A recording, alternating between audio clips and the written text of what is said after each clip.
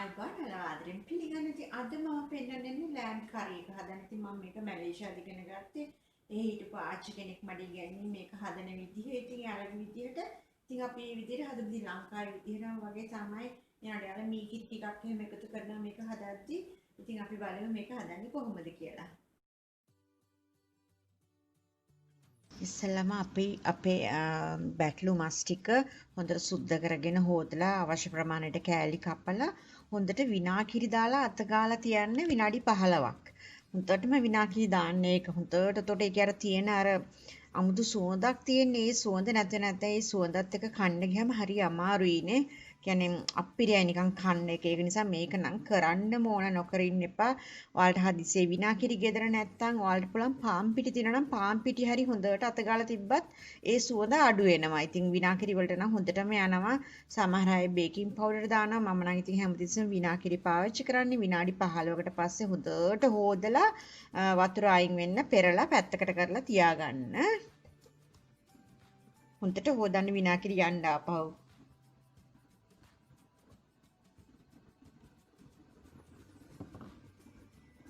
ඔයාලට හොදපු ගමන් තේරෙනවා ඒකේ සුවඳ ඔක්කොම අඩු වෙලා කියලා. ඊට පස්සේ අපි ඒකට ලුණු එකතු කරගමු. කහ චුට්ටක් දාලා යෝගට් හරි කර්ඩ් හරි පැණි රස නැති ප්ලේන් යෝගට් හරි කර්ඩ් හරි කෝප්ප 3 කාලක් විතර එකතු කරගන්න. මට මෙතන ග්‍රෑම් 570ක් විතර තියෙනවා. ඉතින් කෝප්ප 3 කාලක් විතර එකතු කරලා ඒක හොඳට කලවම් කරලා පැයක් විතර ෆ්‍රිජ් එකේ තියන්න. ඕනනම් ගම්රිස් ටිකකුත් ඔයාලට මේ වෙලාවෙදි කලවම් කරන්න පුළුවන්. මම කලවම් කරන්න. දැන් මගේ ඉඟුරු සුදු ලුණු ටික මම හොඳට කපන්න යන්නේ. ඉඟුරු එහෙම ගොඩාක් ඕන. ඉඟුරු හොඳට ගොඩකුයි නිකන් කපපුවාම කෝප භාගයක් වගේවත් හිටින්න ඉඟුරු. ඊට පස්සේ සුදු ලුණු ලොකු බික් මෙහි තියෙන. ඉතින් ලොකු බික් වලින් 12ක් මම ගත්තා. ඊට පස්සේ ලොකු බී ලුණු ගෙඩියක්. ඒ ඔක්කොම අරගෙන මේ මැෂින් එකට දාලා මම හොඳට පොඩියට කපා ගත්තා.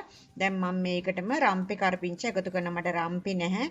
ඒක නිසා කරපිංච විතරක් එකතු කරනවා. කරපිංච නැත්තම් ඉතින් ඔයාලට කොත්තමල්ලි කොළ හරි කමන්න එකතු කරගන්න. ඊට පස්සේ භාජනයක් ලිපේ තියලා තෙල් ගොඩාක් දාගන්න එපා. ඉතින් මේකට තෙල් චුට්ටක් විතර දාලා දැන් අපේ අර කපපු හොඳට ඉඟුරු සුදු ලුණු කරපිංචා ඒවා ටික තියෙන ඒක දාලා හොඳට අපි තෙලේ විනාඩි 4ක් 5ක් විතර හොඳට ඒක ලාදුමුරු පාට විතර වගේ වෙනකම් බැදගමු.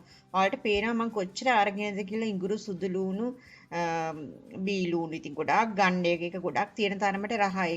ඉතින් ඒක හොඳට අපි බැදගමු දැන්. මේක නම් තෙලේ ටෙම්පරාදු වෙන්න ඕන. මේකට මම ප්‍රෙෂර් කුකර් එකක් පාවිච්චි කරන්නේ. මම දන්න සමහර අය ප්‍රෙෂර් කුකර් පාවිච්චි කරනවා කියලා. මම නම් කවදාකවත් ප්‍රෙෂර් කුකර් එකක් පාවිච්චි කරලා කිසිම කෑමක් උයලා නැහැ. ඉතින් හැම තිස්සෙම මෙහෙම තමයි මම උයන්නේ. ඉතින් මට ප්‍රෙෂර් කුකර් එකක් ඇත්තෙත් නැහැ.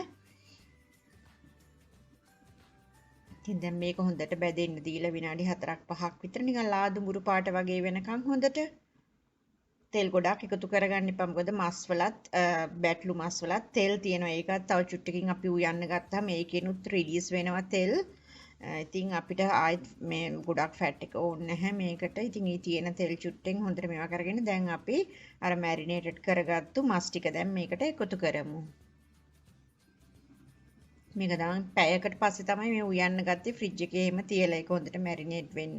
ඕනනම් ඔයාලට ඕවර්නයිට් මැරිනේට් කරන්නත් පුළුවන්. එතකොට තවත් රහයි ඉතින්. දැන් අපි මේකත් දැන් හොඳට විනාඩි 8ක්වත් මේක කිසිම දෙයක් එකතු නොකර මේක මෙහෙමම තෙලීම මේක ටෙම්පරාදු වෙන්න දෙන්න. මම දැන් මේකට එකතු කරන්න යන්නේ මේ කුරුඳු කුඩු ටිකකුයි කාඩමම් කුඩු ටිකකුයි විතරයි.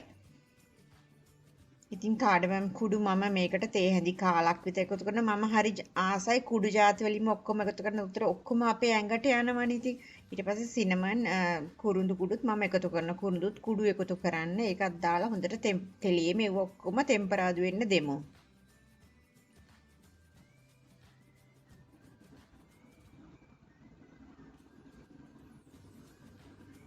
මේක කාඩමම් කුඩු චුට්ටක් තේ හැඳි කාලක් විතර ඒක ඊට පස්සේ කුරුඳු කුඩු නම් මම තේ හැන්දක් විතර දාගත්තා.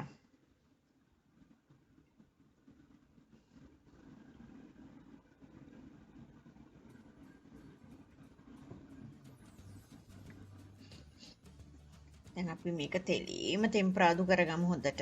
වතුර නම් ගාව ගන්නවත් එපා දැන්. විනාඩි 15ක් 20ක් විතර යනකම් මම වතුර පොඩ්ඩක්වත් එකතු කරන්නේ. ඒකෙන් එන තෙල් වලිනුයි ඒ වලින්ම කලවම් කර කර මම උයා ගන්නවා. ඉතින්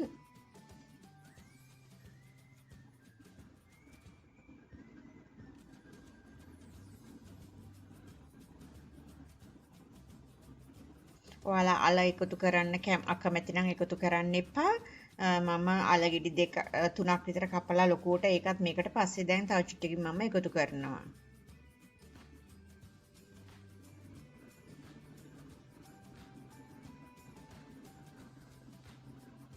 ඉතිලීම හොඳට බැදෙන්නම දෙන්න මේක.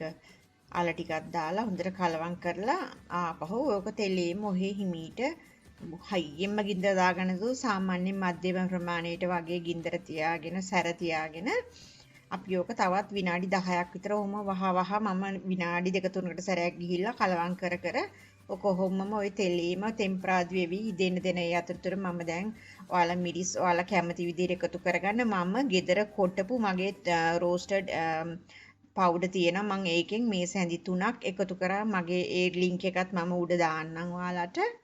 ඒක මම ගෙදරම කොටලා තියාගෙන ඉන්නේ. ඉතින් මේකේ හැමදේම තියෙනවා. කජු හිටම් මම එකතු කරලා තියෙනවා. ඉතින් හරි රහයි ඒ කරි පවුඩර් එක. ඉතින් මිරිස් මේකට තව චුට්ටක් ඕන කියලා මට හිතුණා ටිකක් වැඩිපුර. ඒක නිසා මම තව මිරිසුත් වෙනම තේ හැන්දක් එකතු කරා. සාමාන්‍යයෙන් මම මිරිස් එකතු කරන්නේ නැහැ. ඒනට මේ හොද්දට මං හිතන්නේ මේ කාරියකට නම් ටිකක් සැරට තිබ්බහම තමයි රහයි. ඉතින් ඒක නිසා දැන් මට රම්පේ නෑ මෙහෙ. ඒක නිසා රම්පේ එසන්ස් තියෙනවා මට. ඉතින් මම ඉතින් ඒ එසන්ස් වලින් බිංදු 3ක් විතර එකතු කරගන්නවා. ඉතින් ඒක නැති ගොඩක් අයට නැහැ. මං හිතන්නේ පිටරටවල ඉන්න අයට කරපිංච එහෙම තිබ්බට රම්ප එහෙම මට කවදාකවත් හම්බෙලා නැහැ මෙහි. ඉතින් ඒකත් දැන් ඔයාලට පේන හොඳට තෙල් පෑදිලා හරි ලස්සනයි. ඉතින් මම මේකට මේ මෙහෙම කලවම් කර කර ලුණු එහෙම ඔයාලා බලලා ඔයාලගේ ඕන ප්‍රමාණයට ඔයාලා ලුණු එකතු කරගන්න. මම ඉතින් ඉස්සෙල්ලා මුලදිම මම ලුණු එකතු කරානේ. ඒක නිසා මම දැන් එකතු කරන්නේ නැහැ. මම අන්තිමටම බලලා ඔක්කොම ඉවර වෙන්න වගේ කිට්ටු වෙදි තමයි අන්තිමට ආපහු ලුණු බලලා එකතු කරන්නේ.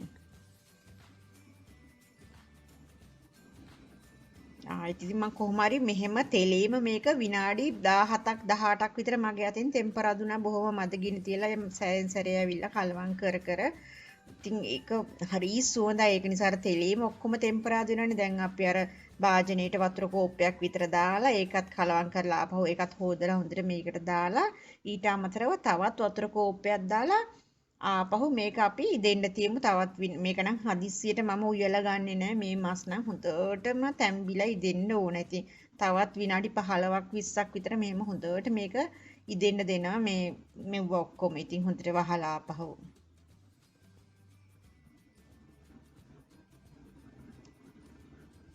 ඉතින් ඔයාලා තක්කාලි අකමැති කෙනෙක් නම් තක්කාලි එකතු කරගන්න එපා. එනකොට තක්කාලි දාපුවාම මේක වේලසින් තක්කාලි එකතු කරන්න එපා. අපි අන්තිමටම වගේ තමයි අන්තිම විනාඩි 10 ඇතුළත තක්කාලි ටිකකුත් එකතු කරගෙන ඉතින් ඒකත් හොඳට ඉදෙන්න තියලා ඒකේ ජූස් තියෙනවා රහ තියෙනවා ඒකේ ඇම්පුල් රහ එහෙම හොඳට එන්න ලොකු තක්කාලි ගෙඩියක් ඉතින් මම දාන්නේ. ඒකත් හොඳට ඉදෙන්න තියලා විනාඩි තව 6ක් 7ක්වත් අඩු ගන්න. ඉතින් තක්කාලි ටිකත් හොඳට ඉදෙනකන් ඒ ඉදුණාට පස්සේ ඉතින් අපි මේකට අපි ඔයාලා ගානිෂ් කරගන්න කැමති නම් ඉතින් මම ඉතින් කොත්තමල්ලි කොළ ටිකක් දානවා. ඔයාලා මේ වෙද්දි මේකේ ලුණු රස ඔක්කොම බලලා අඩු වැඩි ඔයාලා හදා ගන්න. ඉතින් මේක ගොඩක් අමාරු නෑ හදන්න, ලේසි හදන්න. මේක හරි ටික් එකට ෂෝක් එකට එනවා. මොකද අර ගොඩාක් සුදු ලුණු ඒව දාලා එව්වත් අම්බරලා. ඉතින් මගේ කරි පවුඩර් එකෙත් මම කජු එකතු කරලා තියෙනවා, ඇලමන්ඩ් තියෙනවා, තව එතකොට ඒකේ කොකනට් මිල්ක් පවුඩර් එක තියෙනවා. ඉතින් ඒ වගේ ගොඩාක් ಜಾති මගේ කරි පවුඩර් එකේ තියෙන. අන්තිමටම මේ හැලොපිනෝ දාපුවම හරි රහයි මේ අමු මිරිස් මේකට අන්තිමට. ඉතින් මගේ දැන් ඩිෂ් එක හොඳටම සැරයි. ඒක නිසා මම ඒකෙන් ගොඩක් එකතු කරන්නේ. ඒකෙන් මම නිකන් රවුම් පෙති 4-5ක් විතර වගේ එකතු කර ගන්නවා. ඉතින් ගොඩක් එකතු කරන්නේ නැහැ. මොකද ගොඩාක් සැර ඇති මට සැර තියෙන මගේ. ඒකෙන් චුට්ටක් එකතු කරගෙන ඉතින් අපි දැන් මේක ඉතින් අපිට හොඳට උණු බත් එකක් එක්ක ඉතින් රහ බලන්න පුළුවන්. මේක හරිම ලේසි හදන්න. ඔයාලා දැක්ක කොච්චර ලේසිද කියලා. ගොඩාක් බඩු ඕනේ නැහැ. ඉතින් ඔයාලත් මේ විදියට හදලා බලලා මට කියන්න කොහොමද කියලා. ඊළඟ වීඩියෝ එකකින් ඔයාලව හම්බෙනකන් ගොඩක් පරිස්සමින් ඉන්න. Stay safe and take care and bye bye to everybody.